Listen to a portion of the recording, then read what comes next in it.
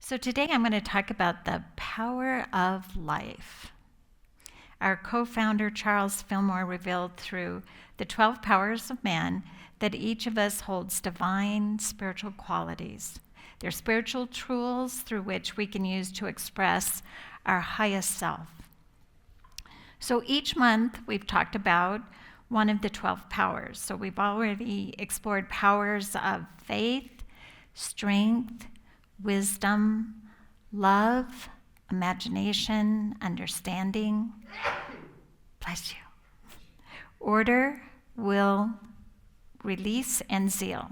So today it's about the power of life, and that's forever urging us towards something greater, toward growth, purpose, and a fuller divine expression. It is the power of life that energizes all of the other 11 powers within man. So the power of life is the capacity to maintain vitality, sustain energy, and make whole. It's a form of energy that enlivens every living thing, including humans and plants and animals and everything in our world. So the color for the power of life is red, and the disciple is Judas Iscariot. So each of the powers are associated with one of the disciples, and the disciple, Judas Iscariot, is an interesting character in Jesus' story. He was the disciple that actually betrayed Jesus by identifying who Jesus is to the Romans by kissing him on the cheek. And he put worldly considerations above spiritual insight.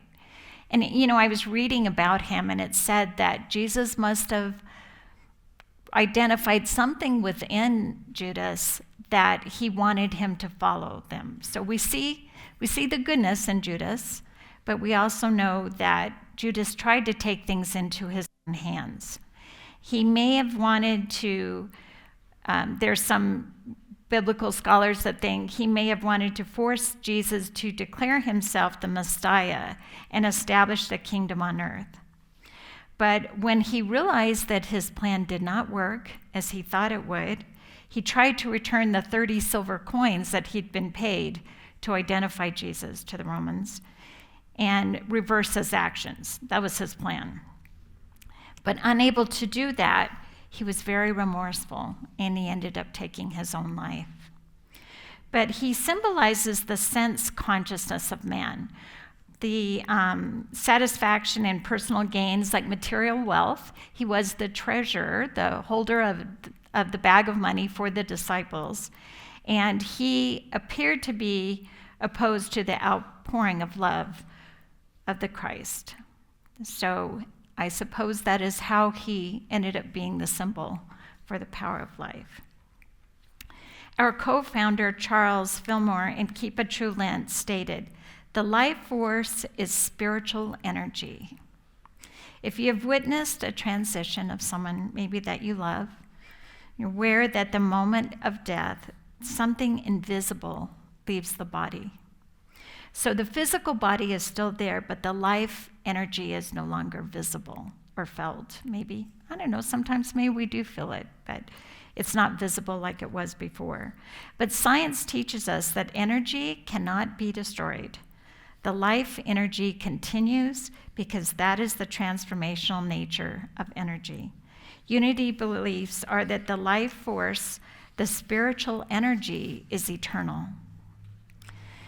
So there are three, aspects of the principle of life. There's animation, vitality, and presence. And so we'll talk about each one of those. The animating power of life is its forward, onward, upward impulse. Life is a constant motion, ever expansive. It's an evolutionary force, and it's behind the rhythm and the flow of life. The rhythm of life within and around us is ever in motion, changing day by day. So it's best to observe the moment, What does that offer for us? And decide how to respond to all that is presented. I wanted to tell you about Sydney Mesher. She is an example of how we use animation. She is the first Radio City Rockette in 91 years with a visible disability. You may have seen her in the Macy's Thanksgiving Parade. I noticed her, I think it was last year, but she's been there for about 5 different seasons. But she was born without a left hand. But she has not allowed that to prevent her from living her dream. She uses specifically modified costumes and props so that she can change, like within, I think it's 78 seconds, she could change her outfit and her costume. Her parents were very instrumental in raising her around other people with disabilities so that she never felt that she couldn't do something that she desired to do. She co-authored a book, She Kept Dancing. It's a story for young readers about her journey. Turning to the magnificent force of all of life, divine spirit, we respond to each new moment, centered and true. It's a call to a higher life, a higher vibration of wholeness and harmony. So the second aspect of Power of Life is vitality. The power of life also enlivens our mind and our body to achieve health, wholeness, and vitality. It comes from the root word vital, which means essential or necessary, having energy or the ability to thrive. Wholeness means nothing essential is missing. We are whole, regardless of any material condition that would appear otherwise. It is deeper and finer than electricity or human magnetism. It is composed of ideas, and we can turn on this current through our thoughts and our feelings. When we are feeling an illness coming on, we affirm and envision the power of life and divine energy moving through our bodies, through every cell, just revitalizing every cell in our body. It flows through our whole being as radiant energy devoted to the Christ activity. We remind ourselves of the reality that God life is our life, that God's life energy is the power which animates our whole being. This power helps us to move through life's challenges. When we call forth from within us the light of our spiritual capacities, this light uplifts us and enlightens us. And the light reveals the life and strength within us and within our circumstances, which alters our experience and shifts our circumstances. So I wanted to give you an example of how we can use vitality. This is Brenda Mack. She was a fitness enthusiast for most of her life, and she fell in love with running at the age of 40 and began running marathons at age 48. So at 67 years old, she had run 18 marathons and 16 half marathons. So a few weeks after she ran her 18th marathon, it was the fall of 2022, she experienced a severe back and leg pain. And one morning she realized she could hardly even walk. So she had a friend, Dr. Rogers, recognize that likely she had a severely pinched nerve in her lumbar region. So Dr. Rogers referred her to a spinal surgery specialist, Dr. Abdulhak, and what she had was an unusual condition that if it was left untreated, she could have lifelong pain and prevented her from running ever again. Now, Brenda underwent a state-of-the-art surgery which involved placements of screws in her back. And the surgeon said in an interview that he knew with her determination and her enthusiasm that she would run again. So after only 6 months of rehab, she was able to complete a half marathon. She was amazing. She was so thankful that she could run again because running was really what she described as her identity. It was a really big part of her life. So after she ran this marathon, she gave her medal to Dr. Abdulhak as a show of her gratitude. So that's how she used vitality, to get well, to get through the rehab, and to move on to doing something that was so important to her in her life. So presence is the third aspect that I wanted to talk about. And that life is being, principle life is being, which is invisible. In form, life is existence, which is visible. So the visible comes into expression from the invisible. The invisible is presence. Presence is the vibrational evidence of life. Omnipresence is evidence of life everywhere and in everything. God is omnipresence, and each of us is a presence, a unique expression of God. Our presence is a distinct radiance of God. So we recognize one's presence, their life essence, is not only physical, but it might be in their quality of their voice or a feeling tone, their actions, their words. We gather their presence from that. But it's not merely physical. Sometimes it's more. It's their whole being, and you see it in many different ways.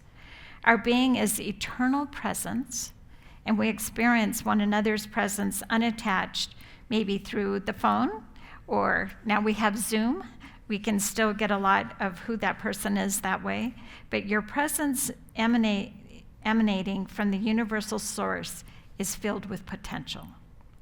So when centered in the animating, vitalizing, and being nature of life, you are a powerful presence.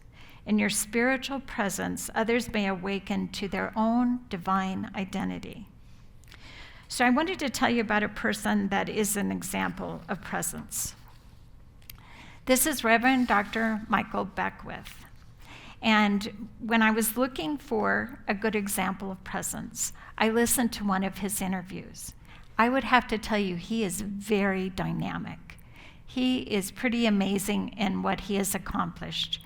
He said in his early 20s, he experienced this spiritual awakening. And for years, he'd ignored these intuitive nudges from the universe. But he was having dreams and inner knowings urging him to shift his perspective.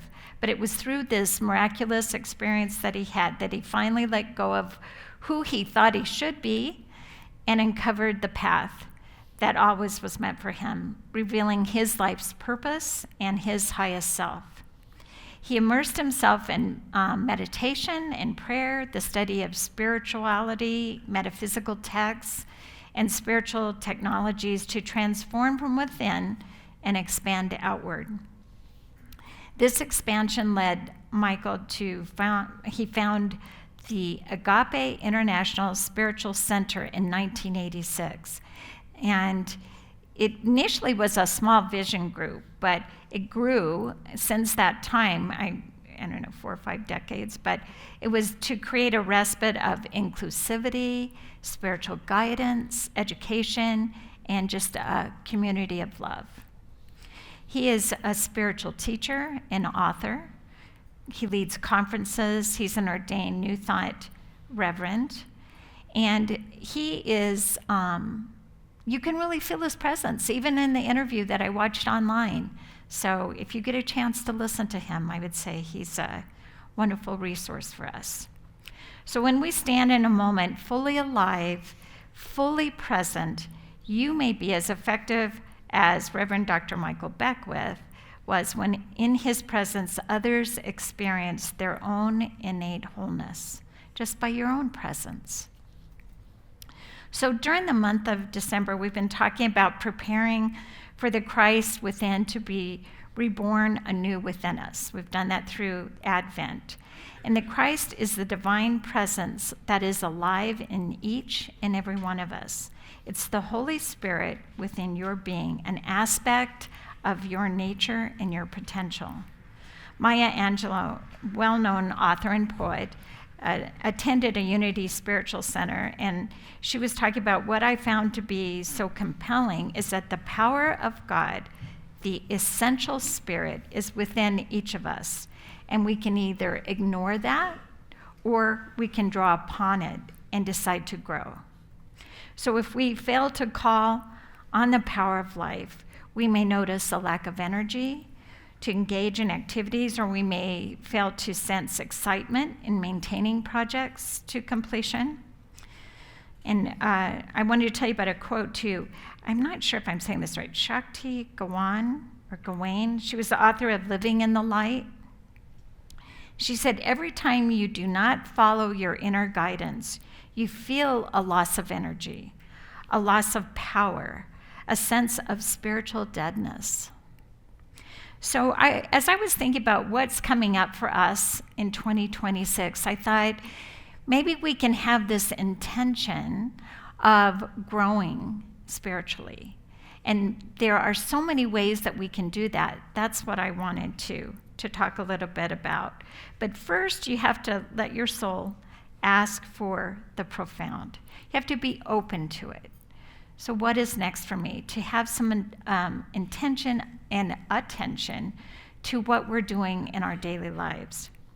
Maybe be open to a God wink, which I had that experience last year, was pretty amazing. And I didn't even think that was an actual word, but it is if you look it up. Or a God experience, like just being open to it. Let your mind and your heart be open to whatever message Divine Spirit has for you. You know, I think most people are spiritually hungry and wanting something that is deeper, more meaningful, transformative in their life. So it's just being open to that possibility, and I hope we're all open to that. I see this as a holy moment, and I am open to something that would actually change my life. And I hope that you are too, because we're going to look for ways to make that happen. One of the things that was brought up in some of the readings that I was looking at, it says we can sleep through life experience. And it says, how many times have you driven somewhere and not realized until you got there that you don't remember the pathway that you took, right? I've done that myself. But we can all work at staying awake and noticing that drive. Notice the beauty, what's changing, and what's really taking in that experience. So the first is being open to it. The next is really understanding and recognizing the power of life, the power of light in Christ that is within us.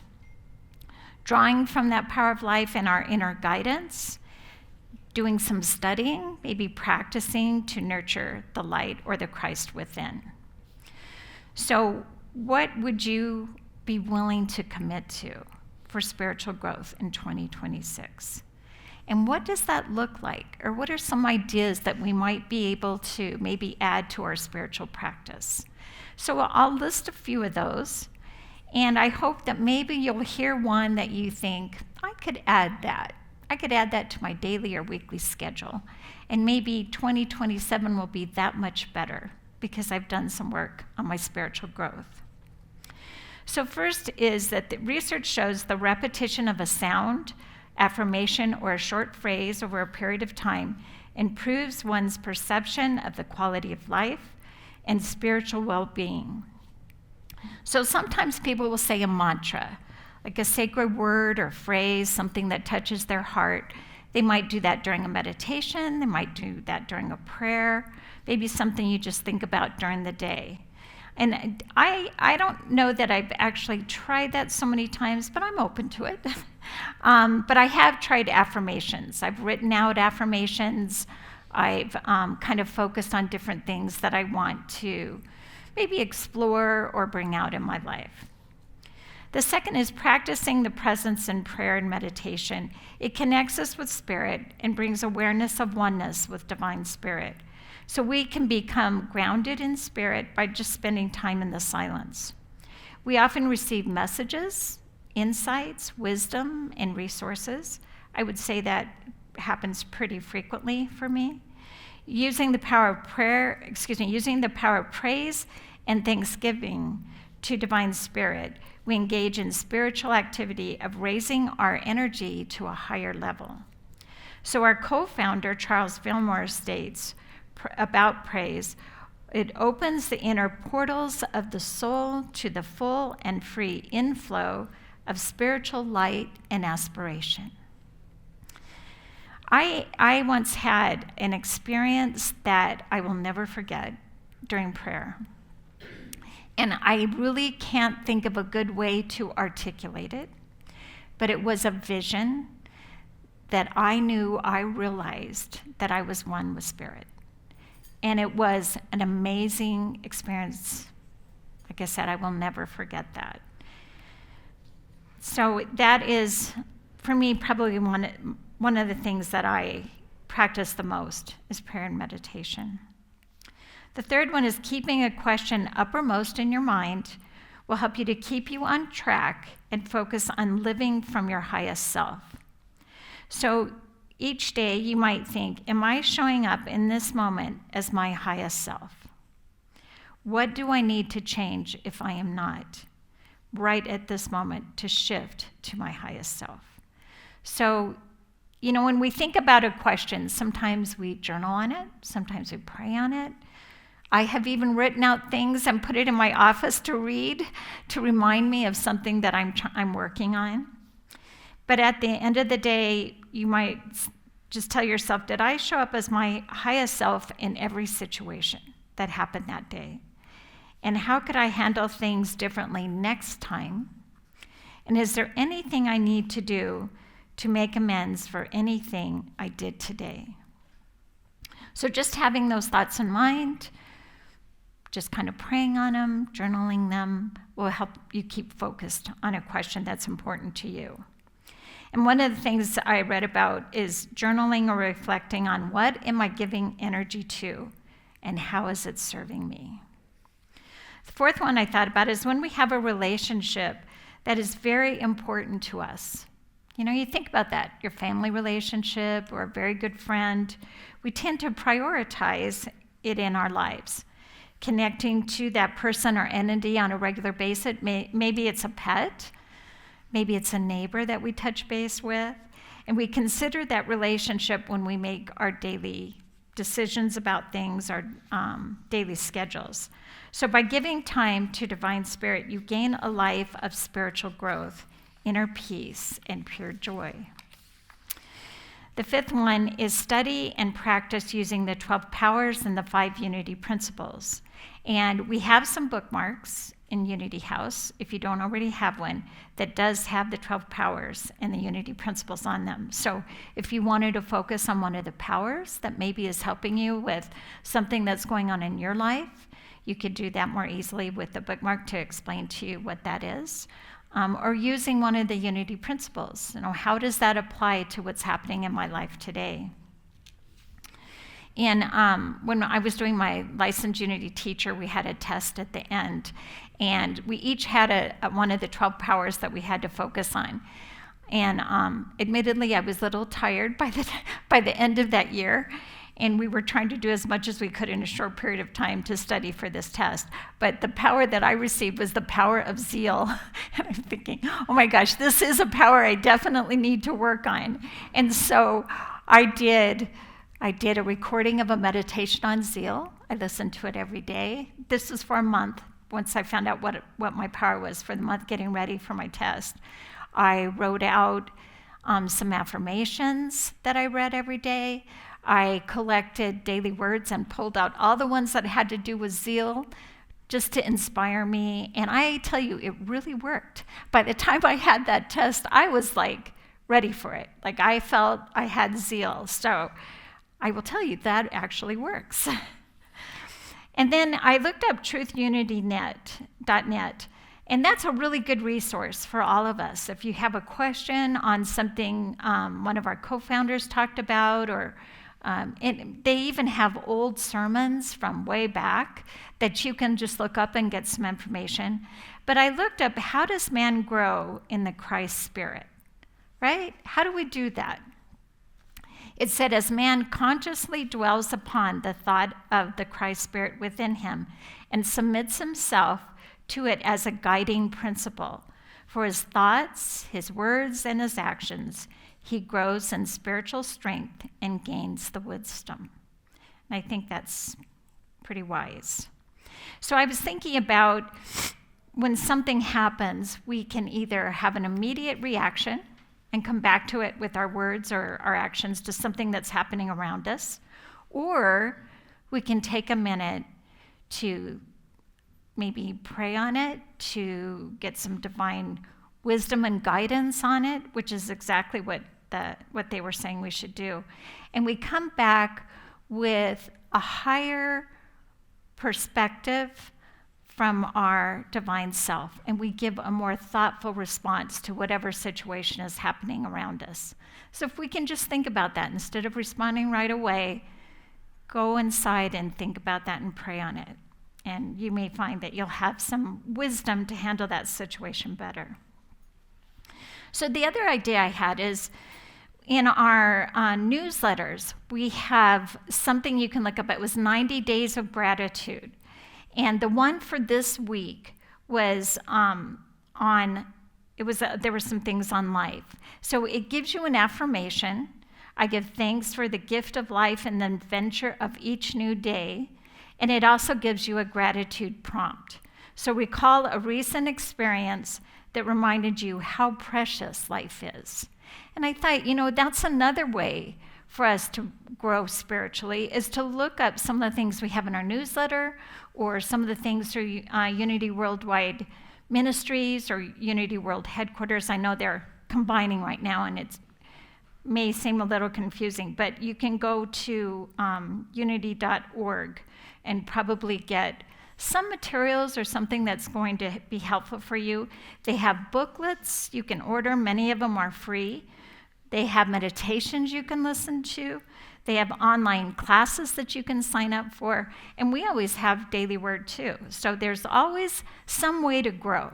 You just kind of have to look around. And if you are looking for something, you can't find it, come and talk to me. I'll help you look for it.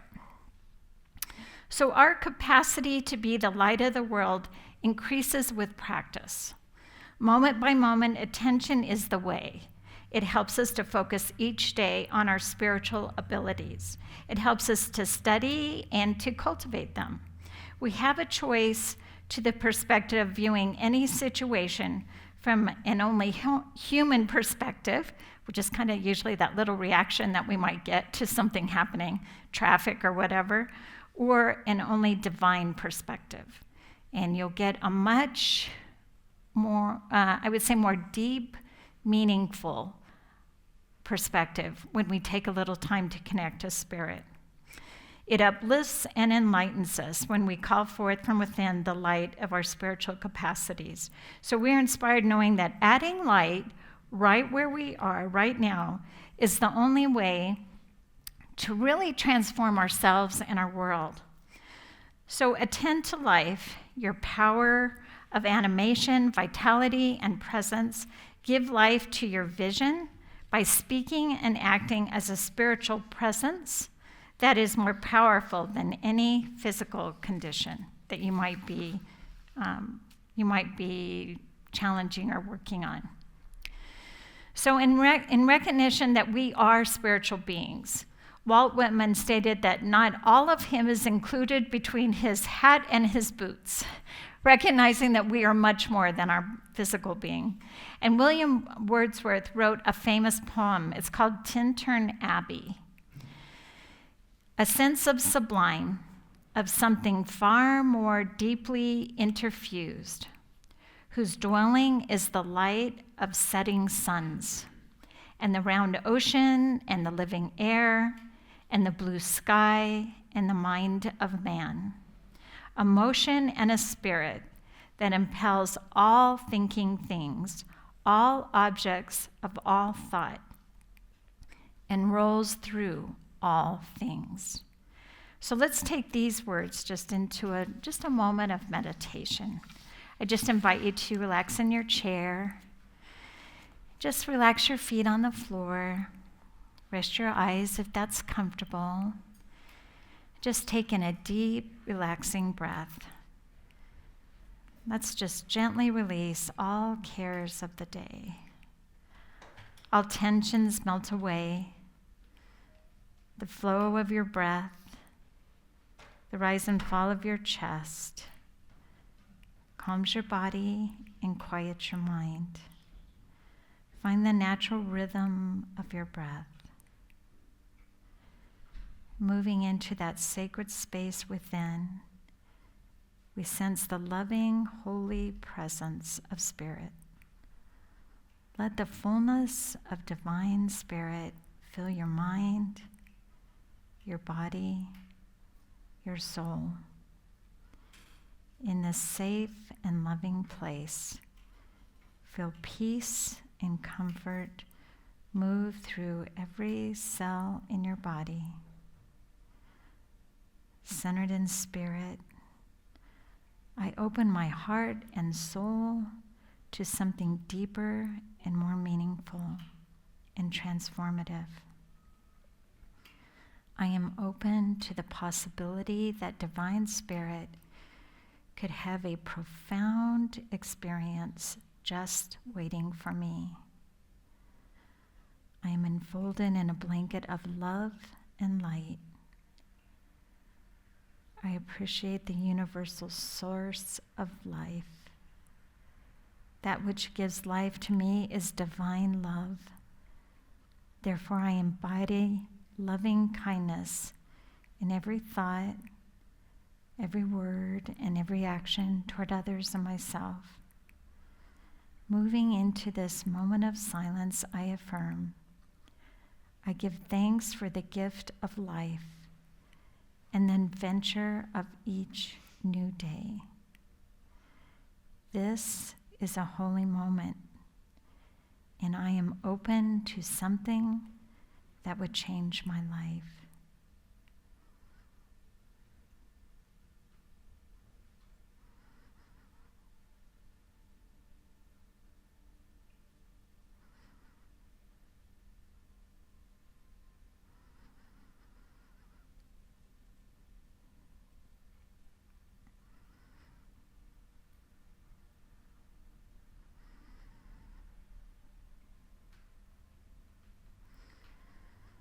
Gently come back to this space. Hear the sounds in the sanctuary. Gently move your hands and feet. Open your eyes when you're ready. We are grateful for the energy of life flowing through each one of us and all of nature. And so it is. Amen. Alleluia, alleluia, alleluia, alleluia, alleluia, alleluia,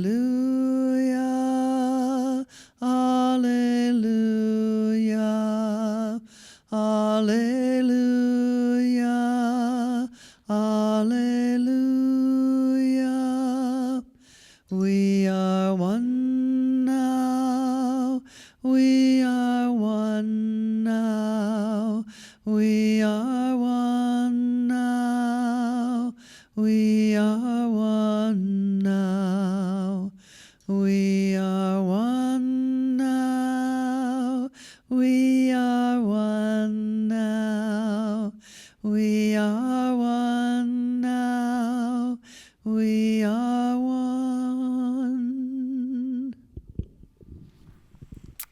All right.